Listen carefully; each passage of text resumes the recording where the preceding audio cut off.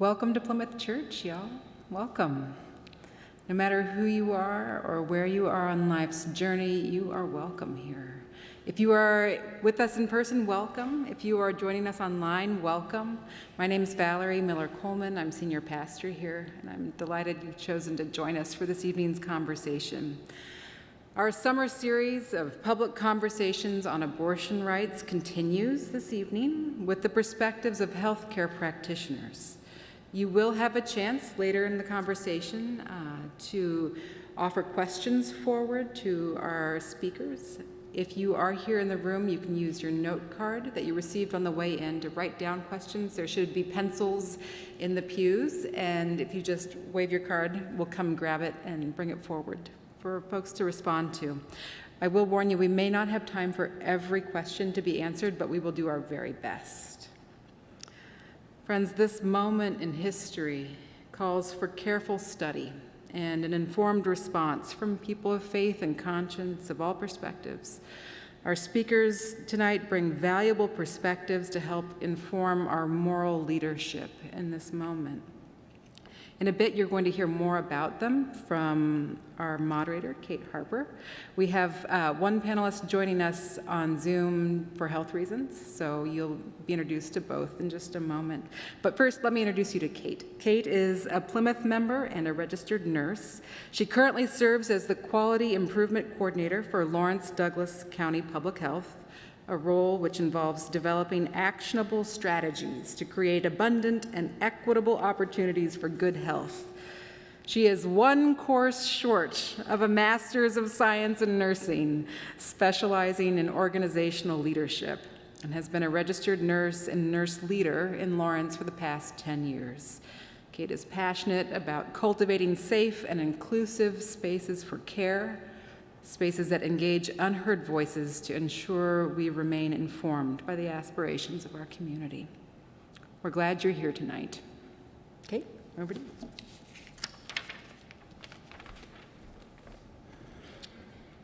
Thank you, Valerie. It is my pleasure to be able to be here introducing our two speakers this evening. I'm so grateful to both of them for lending their time and their talent and their perspective to us this evening.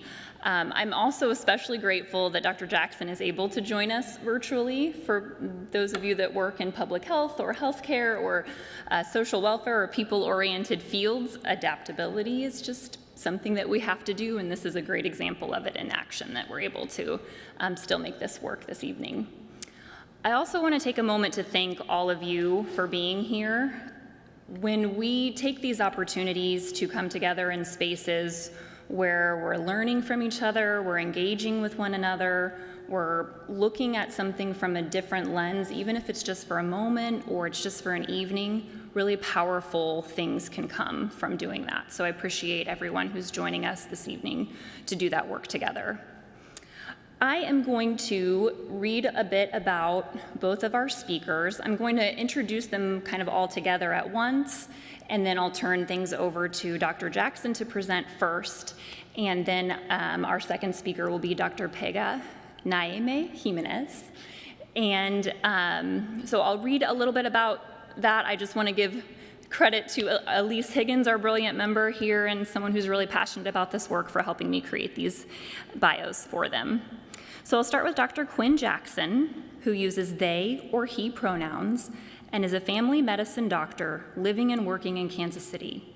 Among other kinds of care, they provide general health care to trans folks through KU Med. Dr. Jackson has also been an abortion provider in both Florida and Kansas. He is particularly dedicated to advocacy for queer and trans youth and to racial justice in medicine. Our second speaker, Dr. Pega Naime Jimenez, uses she, her pronouns and is a doula with her business, Rainbow Doula Collective, LLC, a research associate at the KU School of Social Welfare, and a parent. Her doula business primarily supports queer and trans parents and parents of color, while her social welfare work focuses on programs to support Kansas families. All of Dr. Naime Jimenez's work pursues justice at the intersection of race, class, sexuality, and gender. So one more thing I want to mention about both of these speakers that we're fortunate to have with us tonight is in healthcare and public health, it's really important that we are looking at what are those social determinants of health and how are those impacting the access to care that people have. And that involves work that looks at systems level change, that looks at ways to reduce barriers so that people have access to care that historically they may not have had. And that's how we really work towards achieving health equity and reducing health disparities. And we're lucky to have two people that in their own careers are doing that work in really powerful and compelling ways. So that's enough out of me. I'm going to turn things over to Dr. Jackson.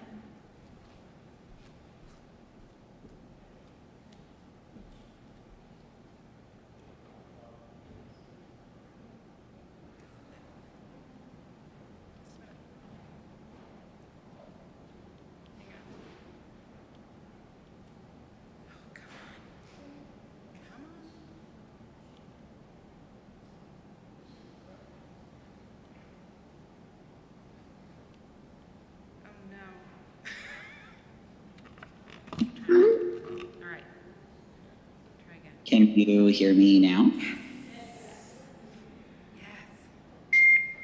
Yes. Okay, I can see my face on a different screen. Can you hear me okay? Yes.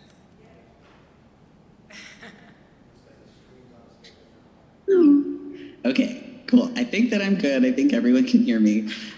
I apologize that I can't be there in person. I was really looking forward to meeting everyone, but I woke up with a cough today and did not want to expose anyone to anything, so I appreciate everyone's last-minute flexibility in being able to help me participate virtually. So I don't have any particular presentation for everyone tonight. I just kind of wanted to share some of my experiences and what I've seen on the ground in taking care of patients here in Kansas. So I worked here in Kansas as an abortion provider, basically full-time for about 2 years before joining the University of Kansas a few months ago. I've provided abortions in Kansas City and in Wichita.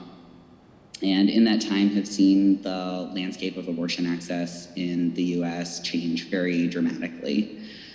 So it's always been very difficult for people to access abortion care, particularly in this part of the country, due to many restrictions on the state level, due to lack of insurance covering abortion care, a whole host of barriers.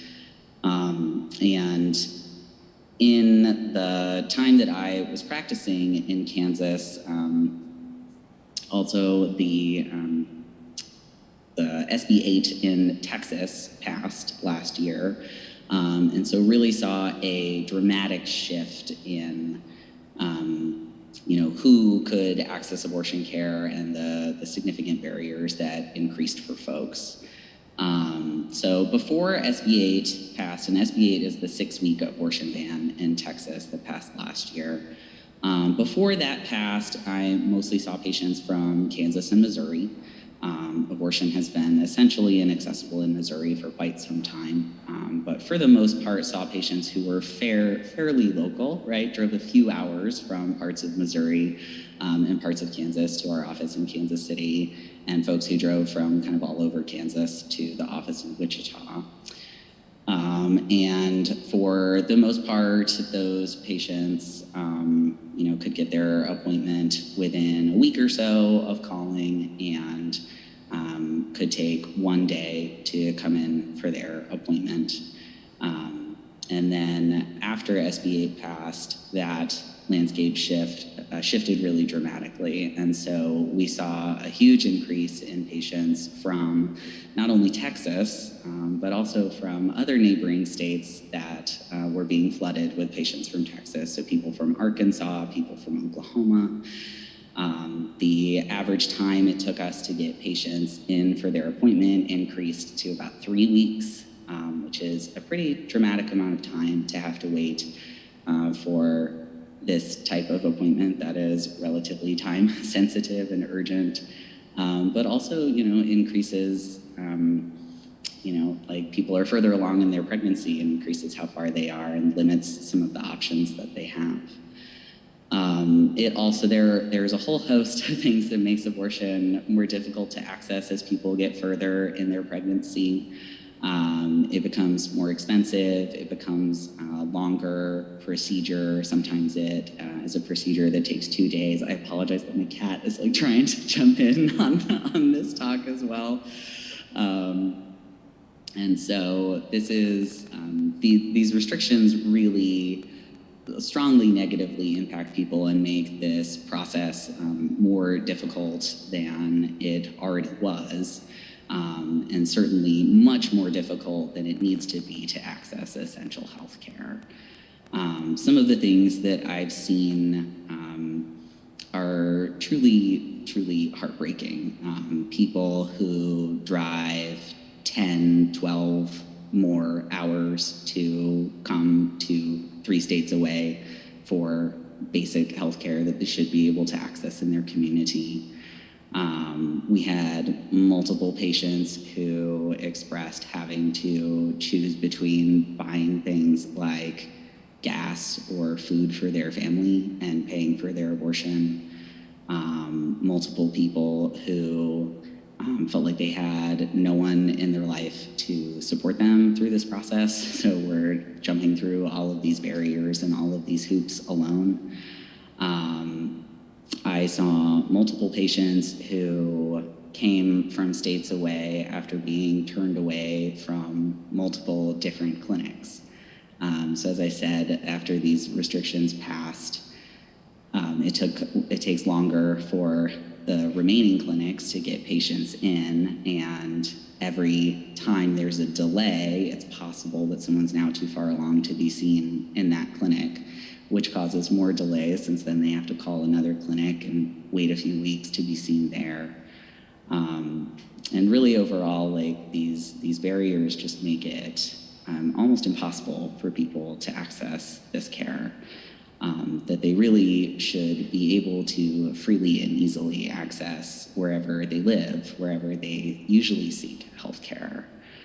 And the particular amendment that is on the ballot here coming up in Kansas would essentially allow our legislature to pass any kind of restriction that they want to. And so it might make it impossible for people to access this care here in Kansas, which would take away access not only for Kansans, but also for now the many states surrounding us who rely on these clinics for care.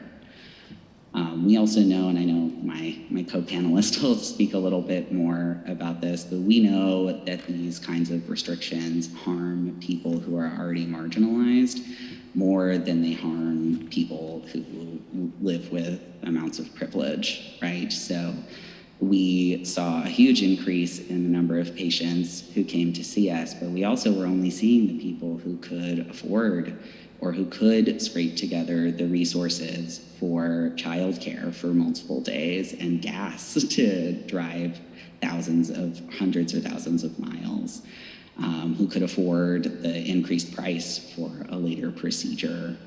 And so I really can't begin to describe the harms that this would do to the people of Kansas and all of the people who are relying on us if this amendment were to pass. And am very, very hopeful that it does not pass. And I know I did not take all of my 20 minutes, but I'm happy to let my co-panelist take over.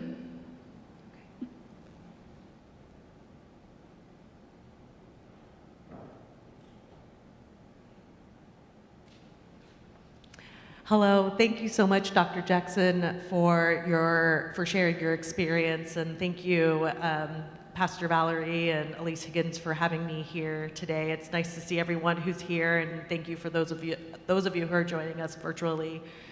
I think to share why abortion rights is so important, I have to share why I became a doula, to really be able to give voice to the experiences and what I was seeing that wasn't happening, that called me to wanting to be a perinatal doula. So when I was trying to, and before I start, for those, for everyone who's listening, I do want to say that I'll be talking about pregnancy loss, so please take care if that is something of a sensitive topic for yourself. So I do want to bring up that content warning. So when I was trying to grow my family and trying to get pregnant, you see these Hollywood movies that show people get pregnant at the drop of a dime, and their labor and delivery is, one large gush of water breaking, and then there's the baby, and you don't really learn anything else. The process of getting pregnant was actually quite difficult for me, as it is for others, and it was the first time that I came into contact with the medical complex. I'd been a healthy person who didn't really need to go to a lot of doctor's appointments, who didn't need a lot of health care, and now here I am attempting to get pregnant, and I'm seeing doctors all of the time. This was not a good experience, and I thought, well, maybe it's because of my failed fertility, but it turns out that the friends of mine who I spoke to who were white did not share my experiences. They had very good experiences, even those who were going through fertility treatments. And I was made to wait longer for referrals before I could see a specialist. I wasn't believed when I tried to explain certain things that were happening to my body. And it felt very confusing. It felt like, you question yourself a lot. Am I making this up? Am I really making up this pain? Am I making up what I'm experiencing? Because everyone's telling me that it doesn't usually happen this way. But what if I'm not the usual? What if I'm out of that box? When I experienced my second pregnancy loss, I had chosen to take what essentially is the abortion pill, so that my body would recognize that the embryo was no longer growing, and it would begin to expel the particles of conception and allow me to start over. And it is possible that, and it not for everybody, but it is possible there's a small chance that it either won't start. Usually what it does is it contracts the uterus, so then the uterus will start to expel the particles of conception. So it might not start, or it might not expel everything. I fell into that latter half, but I didn't know it. And a month after that I had taken the medication, I started to bleed very heavily. And this is very scary. There's no one to tell me what is going on. There's no one to support me, to tell me that this is a real experience that I'm feeling in my body. And when I called the doctors, it was, well, it's probably fine. It's probably just your period.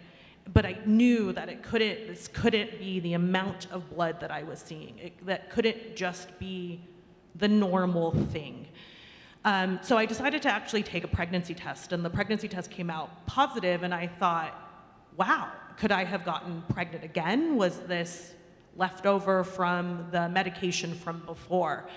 And it took for me to feel back pain and to feel like I was passing out. It took for me to get to a moment where I couldn't quite understand my surroundings in real time for someone to take me to the ER so that I can get care. Because at first the doctors were, it's fine, just rest. It's not that bad.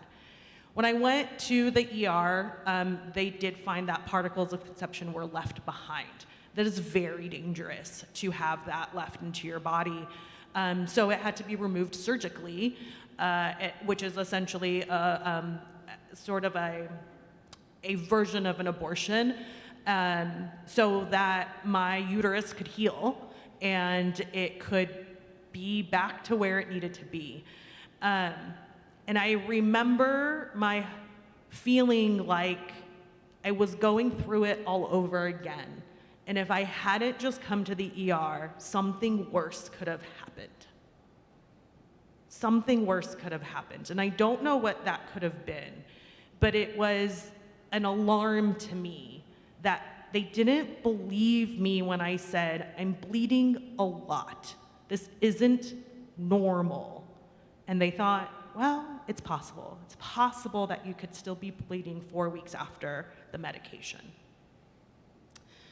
When I had my, after that loss, I had a third pregnancy, and which resulted in my, my baby, Rumi, who is a rambunctious 2.5-year-old now. But during their birth, I birthed in a hospital, and I didn't birth in a hospital for my second child, because even in the hospital, I wasn't believed. I wasn't believed when I said that I had certain pains. I wasn't believed when I said that I wanted to do something a certain way. The amount of times the nurse wanted me to lie on my back when I said I wouldn't labor on my back, and I had to finally yell at her to say, I'm not going to labor on my back, was uncalled for. I should never have had to fight so hard to not labor in a position that I didn't need to, that didn't require it for any sort of medical reason. It was at that point, after I was holding my baby in my arms, that I said, I don't want anyone else to feel the way I felt. I don't want any other person of color, any other birthing person to go into a situation having to fight as hard as I did when this is supposed to be a wonderful time for people who want to grow their families and have children. And that's why I became a doula. Now, what is a doula? And I think I'll kind of connect this all together. So a doula is a person who supports people's pregnancies and their births. They provide knowledge, they provide emotional support, and they provide physical support on the day of the birth and the labor. You can now see why this is important, right? Having to go through a medical system and having to fight to be believed, having to understand what the procedures are, having to understand what the risks and benefits are is very overwhelming for any one of us. So to have someone by your side who is not a family member, who is not someone who is emotionally connected in you in that way, helps to take some of that pressure off, helps to provide you with the information that one needs to feel empowered to make the decisions that are right for them. I often say that I think that in our country it is wonderful that we have so many modern advances in the way that we birth children. We know that C-sections can save lives, but we also are a country in which C-sections are overused. We have one of the highest rates of C-sections for a developed country and for being as rich as we are. And that says something. We're starting to change the narrative around what it is to birth, and that puts people in harm. But who are the people who are getting C-sections more often? It's going to be people of color. It's going to be Black women, Indigenous women, and other birthing people of color who are getting more and more medical procedures. Oftentimes, that's because we're not informed. People aren't taking the time to inform of us all of our choices. And I'm going to use the word choice a lot because how we birth is a choice. Being a part of the decisions is a necessity. It's not something that should come after the fact because there are others who are experts. To be treated as an expert is in how I see it, is a way to stay alive. I was also at that point also reading a lot about infant mortality rates among Black and brown babies. I was also reading a lot about maternal mortality rates and how Black women are at more risk of dying while birthing.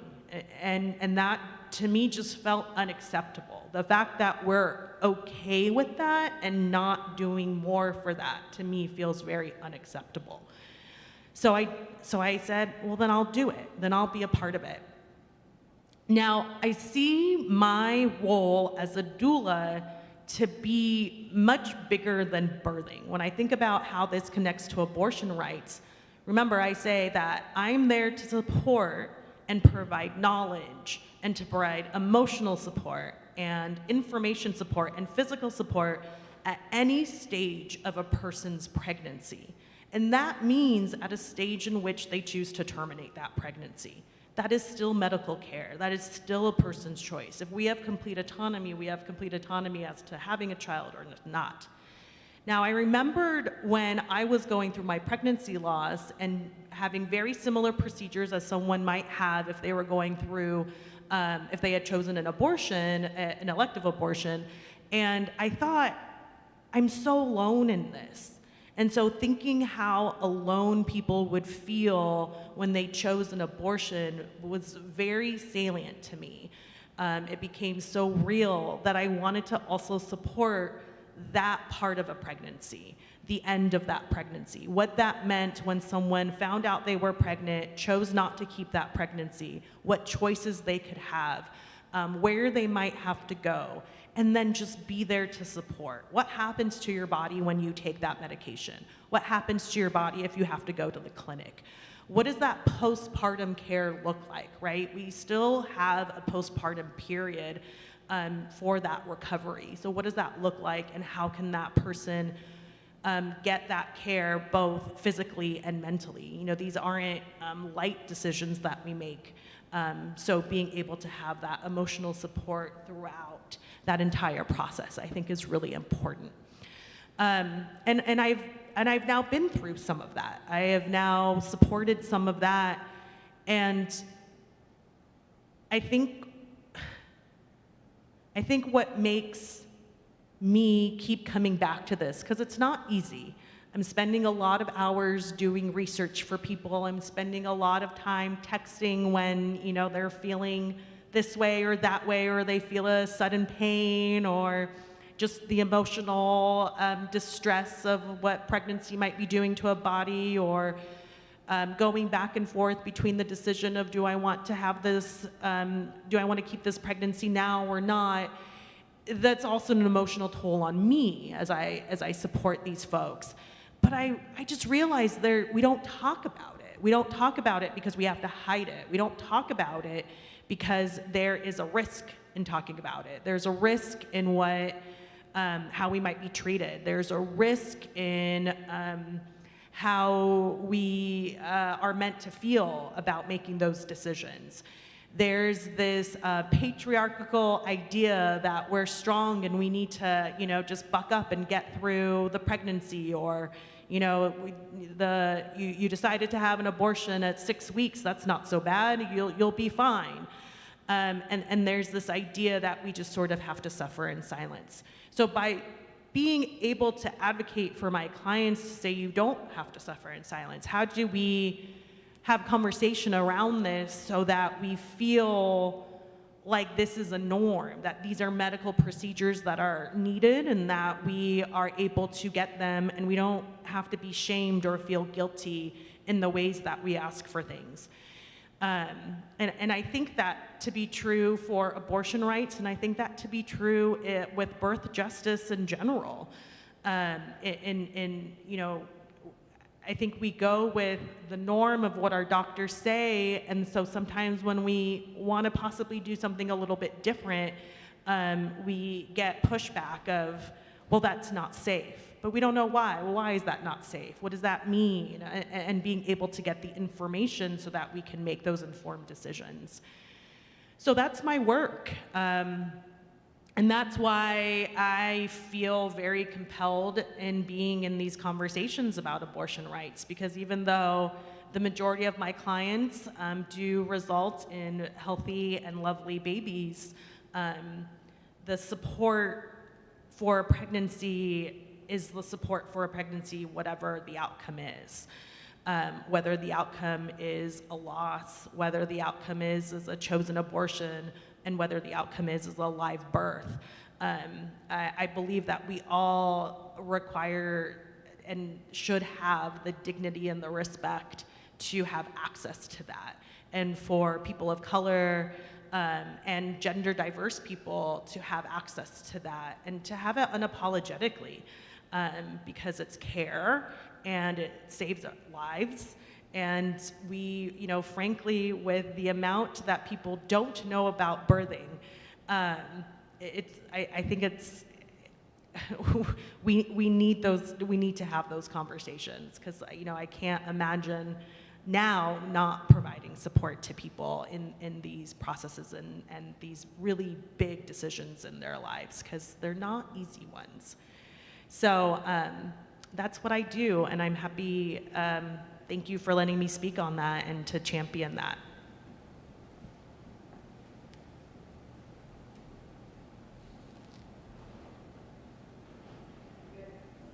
Okay, thank you. As we wait for question from the audience, should I? Okay. Can you both speak more to, in terms of making safe places for care where people feel heard or where they have timely access? Can you speak more to how this potential piece of legislation would set that back for the people that you work for or work with? I'll start. Thank you for that question. I think if there's a possibility that the legislation, if it passes, that restrictions can be put on in whatever means that they want, I think this halts then how people can make informed decisions for themselves. It becomes even harder to be able to seek out any sort of information as to what they need. I mean, I sort of see this as, oftentimes when you walk into the doctor's office, it's like, well, if this is the type of pregnancy you're having, then these are the things that they recommend. I feel like even that begins to get stunted, because now their hands are tied in a lot of ways. And one of those ways, and Kansas already has so many restrictions, so to have the ability to have more would be a lot. But in this state, if let's say you have a pregnancy and it's a wanted pregnancy, but something is not quite right with the embryo or the fetus, and you go in for an ultrasound and the doctor's like, yeah, I'm not sure if this is going to be a viable pregnancy. If there's a heartbeat, you can't do anything about it in the state of Kansas until that heartbeat is at 0. And at that point, the person can make a decision as to how they wish to terminate that pregnancy. So even if the doctor knows this is not going to go anywhere, that person will still have to keep that pregnancy before they can have any sort of treatment. So if there's even more restrictions put on that, right? I mean, I just think about the emotional defeat and the pain that one might go through, and how dangerous that can be to wait until the very last moment, when whatever that line is, to then say this person can have care. And I think that that's really dangerous. Thank you. Is Dr. Jackson still with us?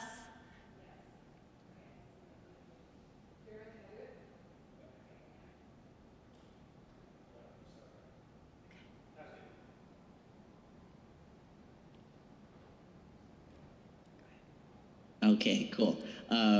Sorry for the technical difficulties. So, yeah, Dr. Jimenez is totally right. All abortion restrictions are harmful to everyone, really. They're harmful to people who want abortion care. They're harmful to people who, have a wanted pregnancy that ends in a miscarriage. They're harmful to people with ectopic pregnancies. They're really harmful to all people who are seeking health care. Specifically, these kinds of bans obviously make it much harder for people to get care at all, so cause a lot of delays in care, but also make the remaining clinics oversaturated with patients, such that they can't provide as good quality of care, and we can't take time to tend to some of the more nuanced emotional needs of our patients, because there isn't a way to do that for 50 or 60 patients a day, which is how many we sometimes have to see when we're trying to care for many states worth of patients. these kinds of restrictions also really tie, like as providers, they really tie our hands in certain ways, because often we know in our best medical judgment that something needs to happen in terms of an intervention, perhaps miscarriage management, perhaps an abortion for someone who has a medical indication for it. But we're not able to do it. We have to wait until the pregnant person is so ill that their life is in danger, when perhaps days or weeks before, it could have been a much more straightforward, less risky procedure, but we aren't able to intervene and do what is actually safest for patients.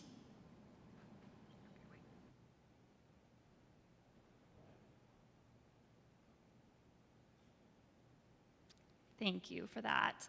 Can you both speak a little bit to maybe what some of the greatest misunderstandings are that you encounter in your work about maybe what the implications of a total ban could be, and how we can educate one another about those misunderstandings to better understand what can result?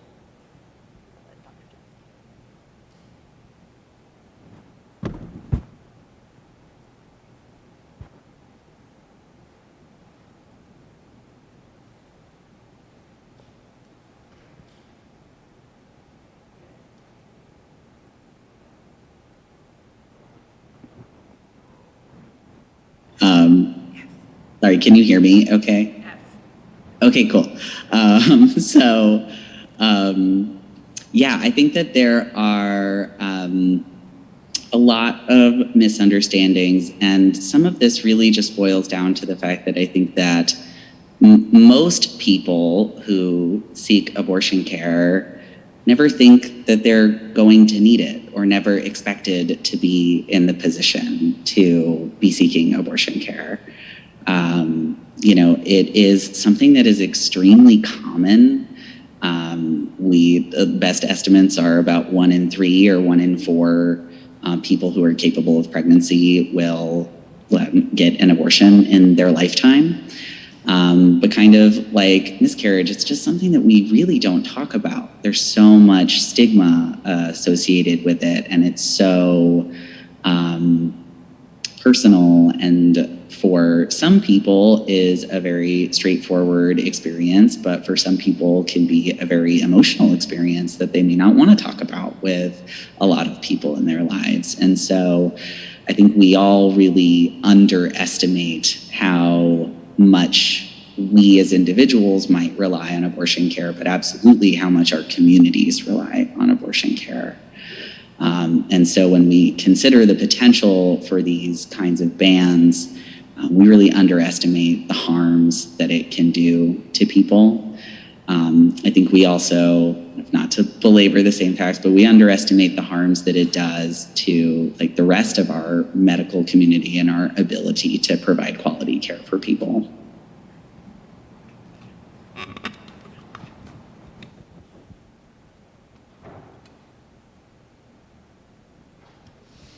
I agree completely, and I think the underestimation of how common abortions are is so true.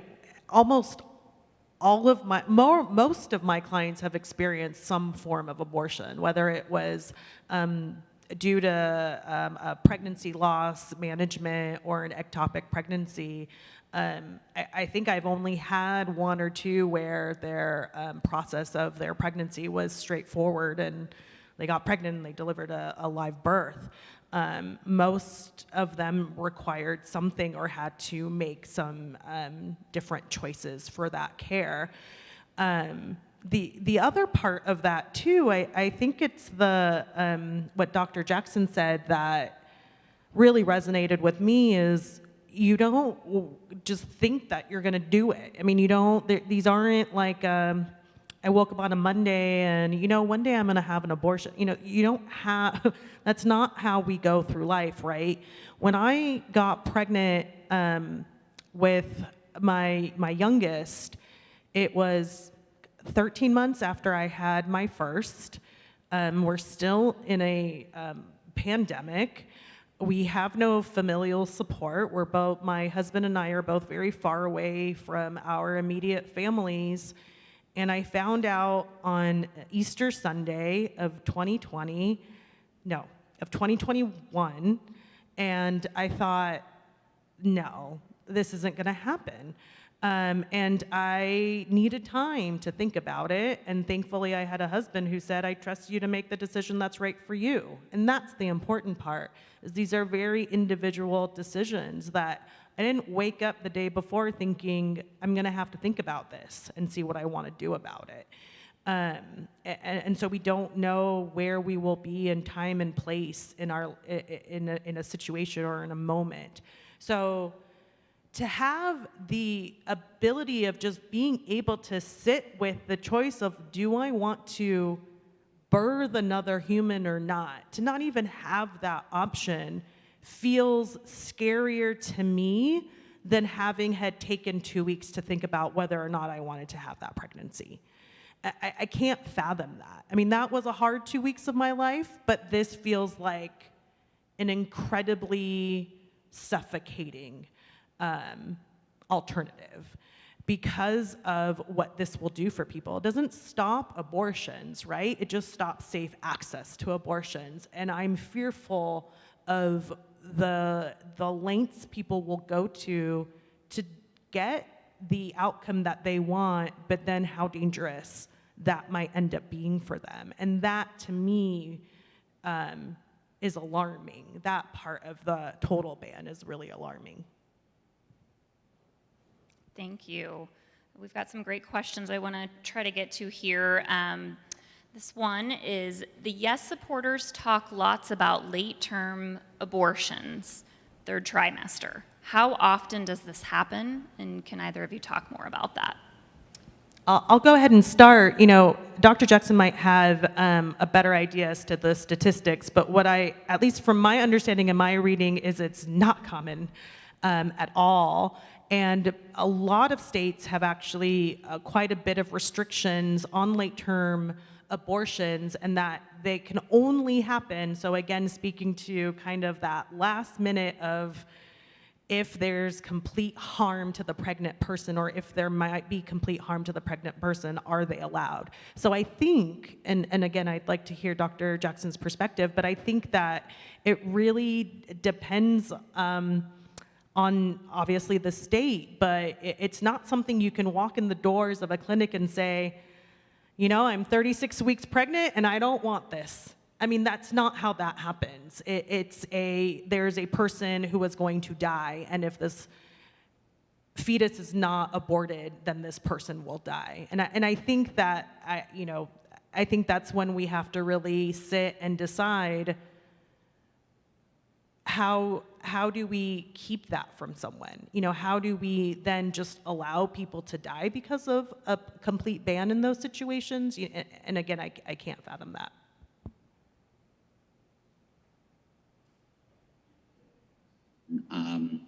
My first thought is, or my first reaction is that actually the phrase late-term abortion is not like a real medical term. It's sort of a political term that was invented.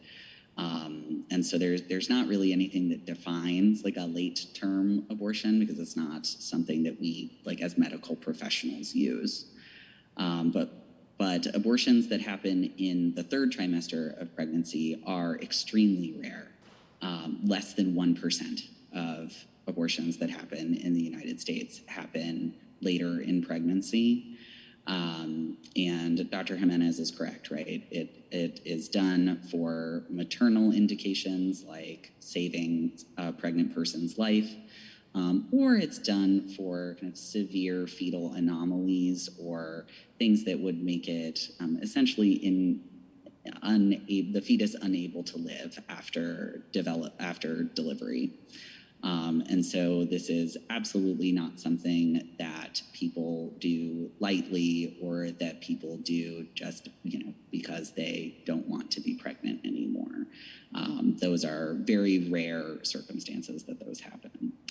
And I can actually speak to the way that abortion restrictions push people to end up having abortions later in their pregnancy. And so even though they talk about these bans as a way to prevent abortion later in pregnancy, they actually make it so hard for people to obtain abortions, and they delay abortions so long that by the time people get in for their care, they're later in their pregnancy. And so, oh, I apologize, my phone is going off. My phone is also my pager, so it goes off a lot. But these restrictions really do kind of the opposite of what some of those proponents of the amendment describe.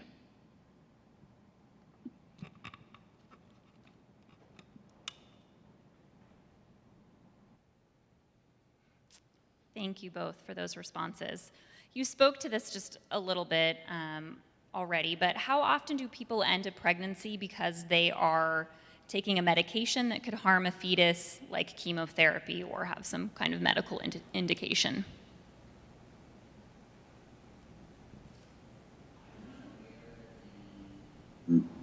Like actual studies or data about this to give you like a hard number in terms of percentages.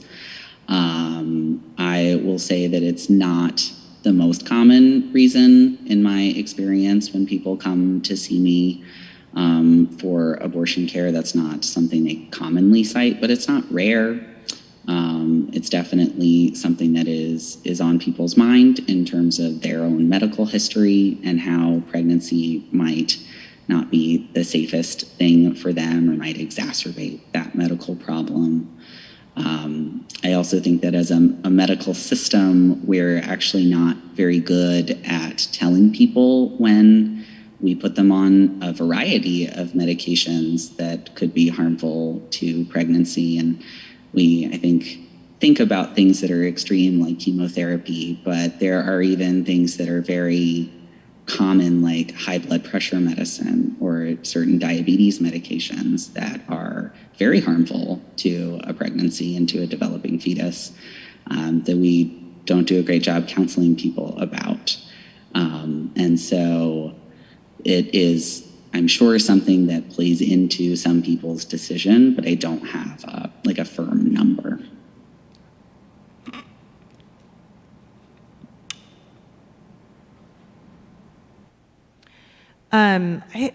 I've had some clients, it wouldn't have been like cancer related, but it can be subsequent pregnancy related where if, for example,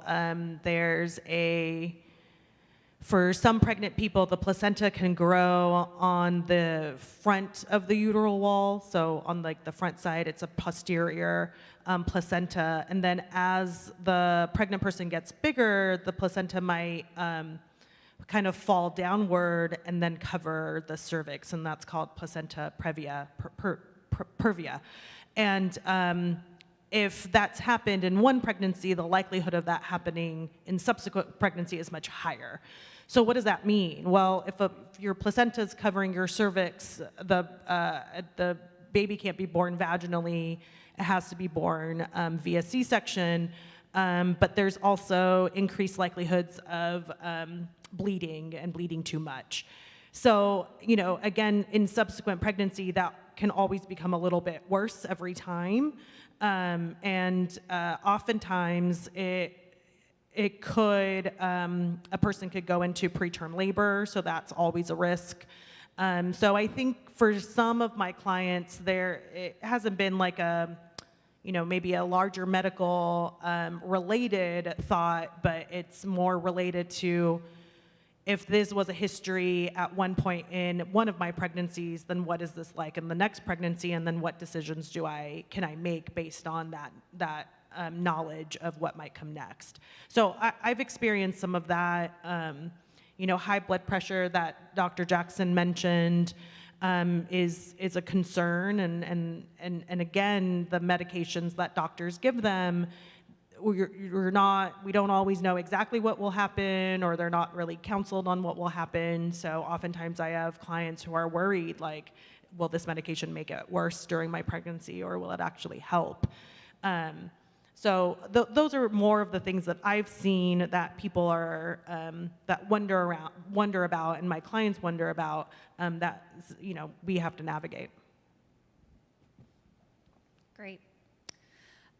Okay, so this one, we're switching tone a little bit on this question.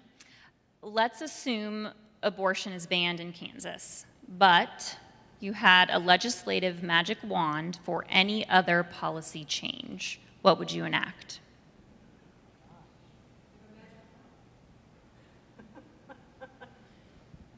What would I enact? That's a good one.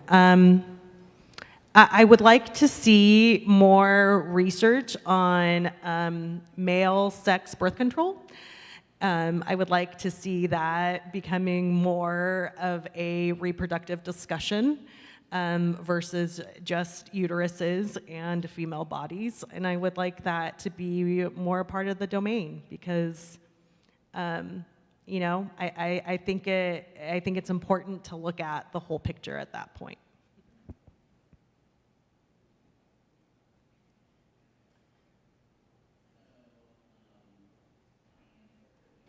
Little bit of a cop-out because I don't have one.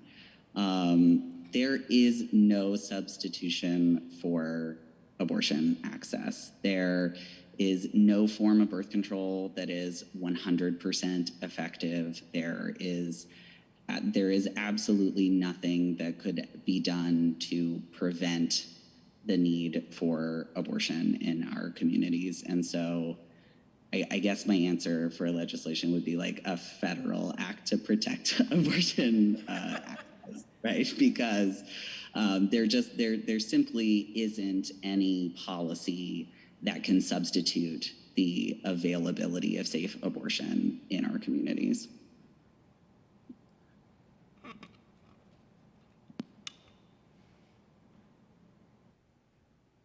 Well said, both of you. Okay. In your professional opinions, would there be any benefit to showing actual medical procedures for lay people to know what happens when you take an abortion pill or you go through an abortion procedure? In my work as a doula, I am really forward with my clients that I want other supporting people involved in the information that's shared. I want them to be a part of our birthing classes. I want them to understand every aspects of labor and delivery. I want them to know what's happening to their partner's body and why.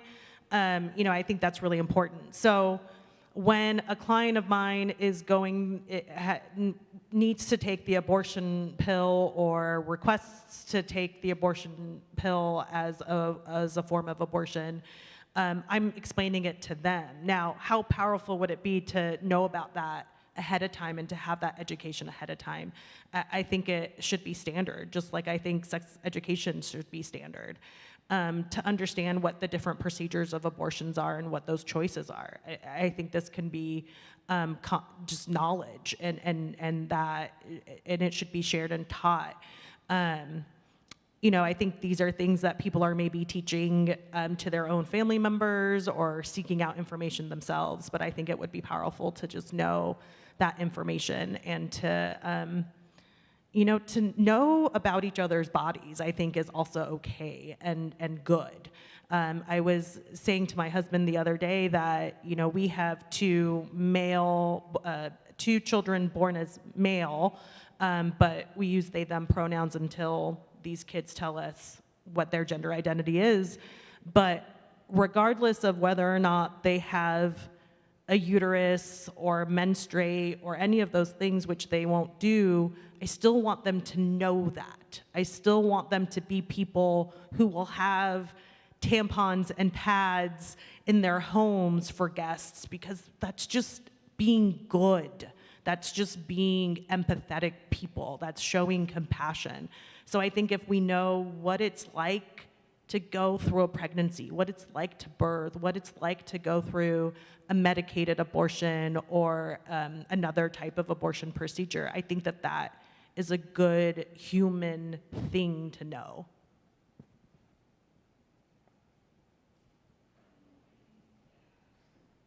There's so much that we don't learn and don't know about our bodies and about the really like normal basic ways that our bodies work and how more humans end up in this world. And really abortion is like part of that spectrum and should be common knowledge for everyone. I want to share that one of the most common things I would hear after abortion procedures was, "Oh, you're done? That's it? That was the whole procedure?" Because we have so many myths and scary ideas about what abortion is, that when it actually is just a 5-minute procedure, that involves a little bit of cramping, that people are so surprised that that's all that it is, especially when we do like very early abortions. That I think that demystifying that process could be helpful for folks. I, of course, always worry about, like patients' privacy in terms of like actually showing what procedures look like. But I think a really useful tool is listening to the stories of people who have had abortions. And there are several different organizations and books available where people tell their abortion stories, and they're extremely powerful.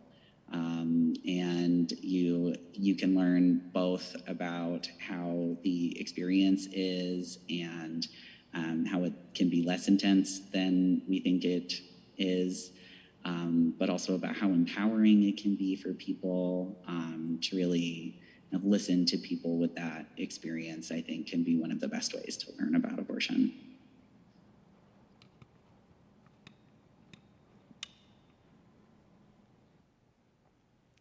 You both touched on a couple of things that professionally are really important to me, and that's empathy and understanding the human experience of others that, come from different backgrounds, and that empowerment piece and how important choice and empowerment are to the human experience. So thank you for those responses. Those were fantastic.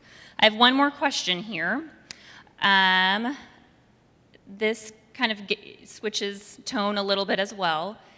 Given that marginalized populations may be a part of religious traditions that seek to prohibit abortions, how can we educate while also honoring that experience?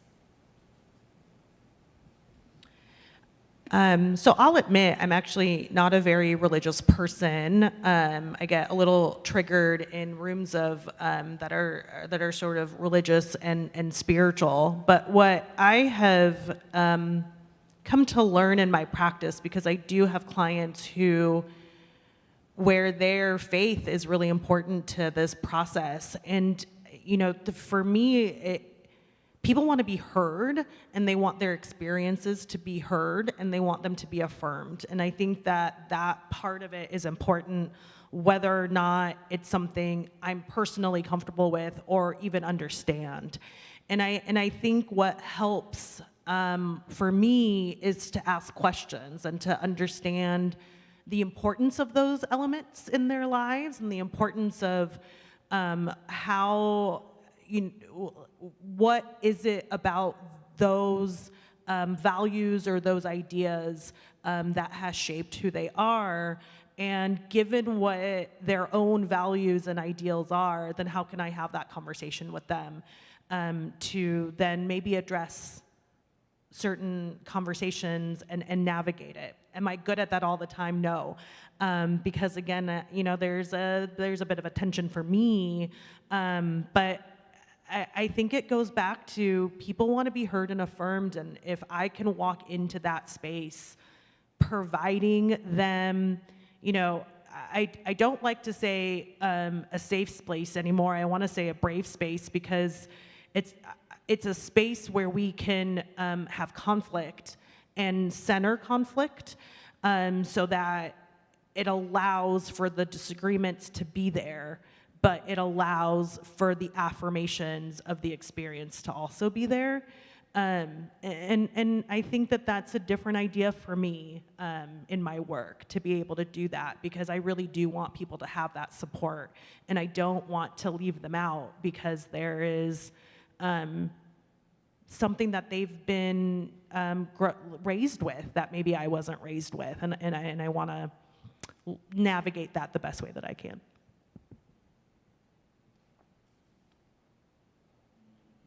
Question. I honestly am not particularly religious myself.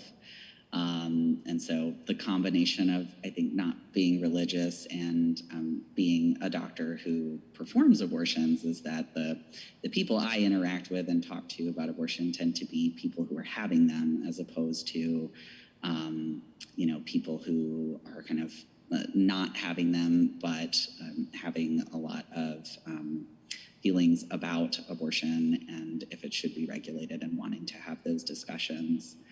I think something that I always try to come back to is that everyone, I think that everyone respects the idea of autonomy, and that, we're all individuals who have our own value systems, and trying not to put that on other people. And I also share from my experience that people of all religions, all faiths, all backgrounds, all races, all socioeconomic statuses have abortions. This is something that is extremely common, and that all kinds of people experience.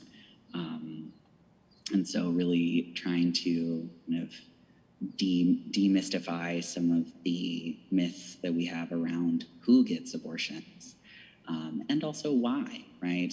All the different values and reasons why people might come to this decision.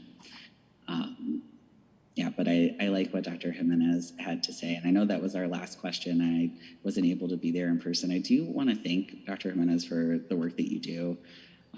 I love doulas. I think they're incredible, and I think that you're a real advocate for patients and equity, and I think it is so great that you're doing what you're doing.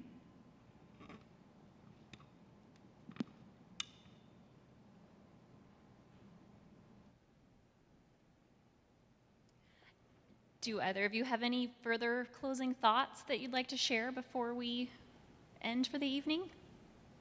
I just want to say thank you again, and thank you to Dr. Jackson for doing the work that you do, because, as you mentioned, it's really difficult to have that access here in Kansas, and our neighboring states are that access is dwindling or gone. So I appreciate all of the work that you do. I know that it's hard work. But also thank you for those of you who are taking the risks to have these conversations, and being here, and being here virtually with us. I think we just have to keep doing it. I don't know how else to do this without just going through it and being uncomfortable and figuring it out, and going back to just knowing that people's health is the utmost importance. Well, I personally can't think of a better note to end on than that, but I do just want to thank Dr. Jackson and Dr. Naomi Jimenez for being here with us this evening, and once again, thank all of you for your great questions and just for listening and being a part of this.